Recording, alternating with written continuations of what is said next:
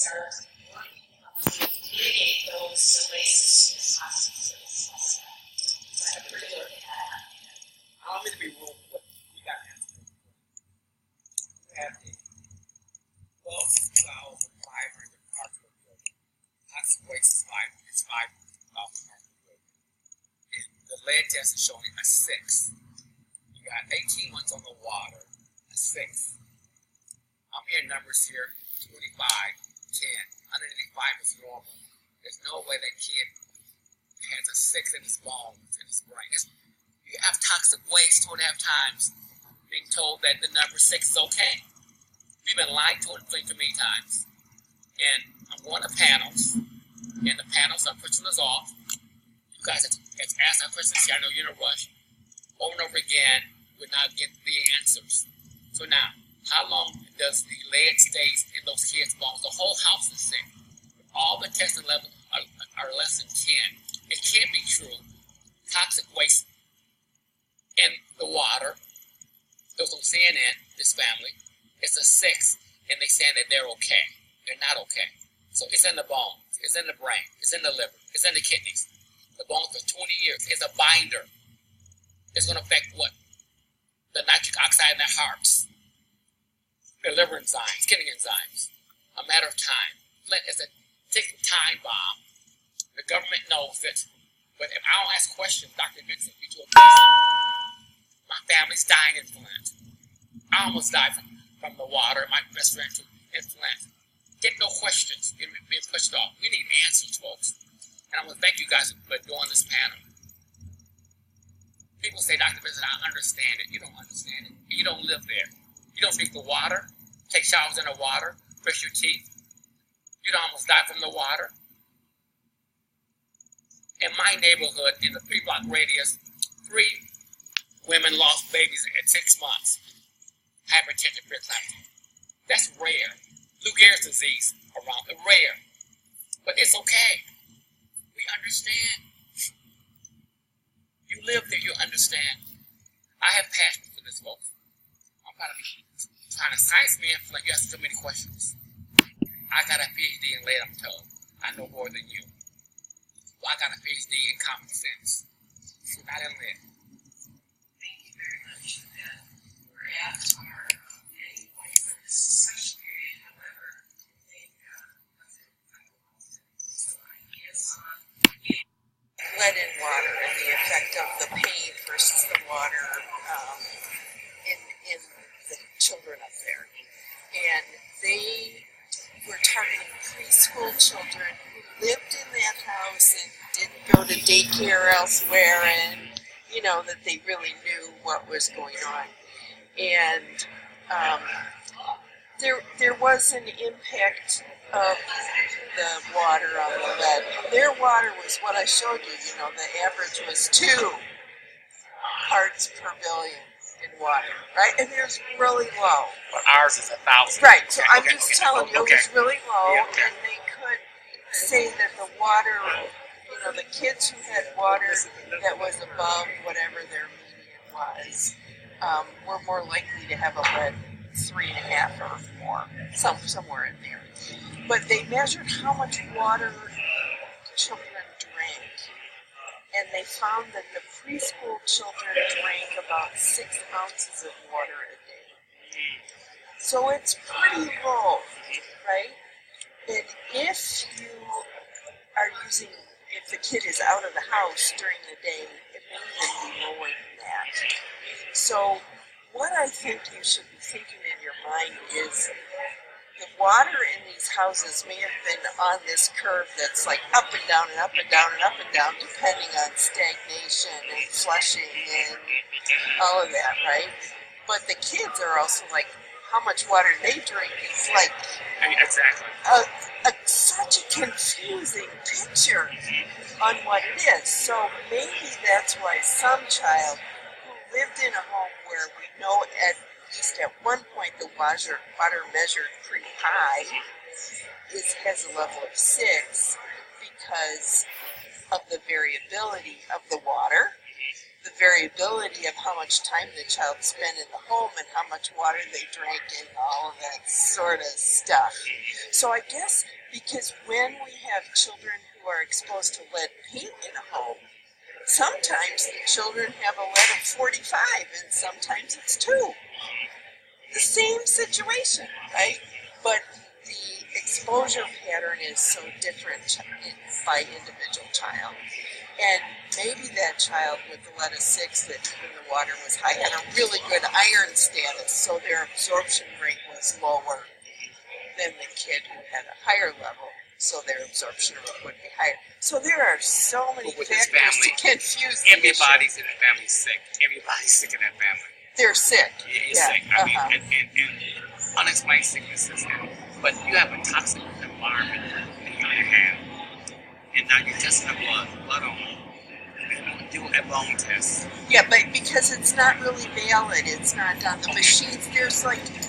At one point there was a machine at the University of Michigan to measure bone XRF. I don't know if they still even have it, but there's only a couple in the US. There's a place in New York that does that machine. I don't think so. We don't have a very good understanding of that. And so I think you're really good with your blood tests are really showing what I don't want to have it when it's some new research that the lead values of the lead change the research and people are dying because of it in their bones. I don't want that research to happen in my body. I don't think it will. I'm pretty, I think we're really pretty confident of relationship to lead in bone in the long-term list. And there's a lot of data, or lead in blood in the long, and there's a lot of data. But are there any bone studies to relate that to them? I think so. There is, a lot of the studies in Mexico in pregnant women, some of those were done with bone XRF, because they only did after the pregnancy was over, and then they did bone XRF testing. Now, what was it?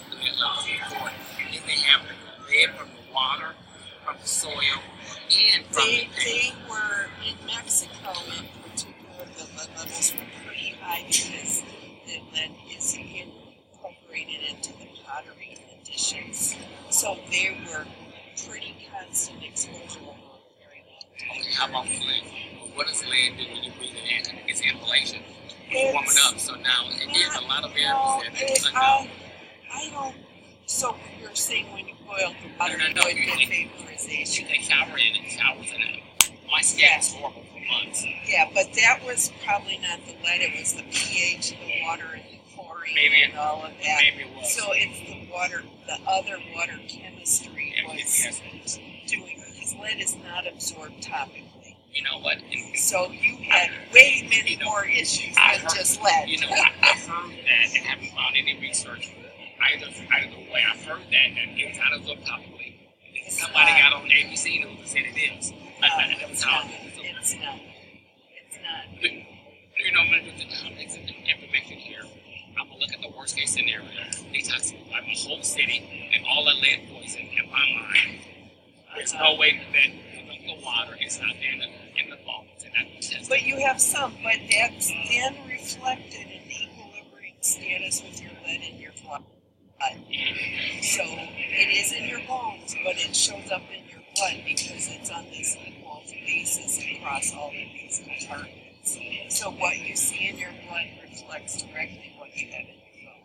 Okay, now if it stays in the blood for 28 days, 20 years. Right, but it's in constant flux. Okay. So it's in constant equilibrium between those sources, as long as you're not having continued new exposure. So if you have a new exposure, your blood lead's going to shoot up, but then it's going to re-equilibrium, and in the steady state, 5% of your body is left in the blood. Okay. And that reflects the steady state of what you have in these other compartments. Okay. So the blood shows you the whole body. And now a study just came out in the city of Chicago. They're saying that the high crime rate is due to passive effects of lead in the body of the The research just came out. So now, if it's equilibrium from the blood alone, and these kids are doing all these crimes, where's the problem coming from? If it's out of the bones, it's not in the blood. So the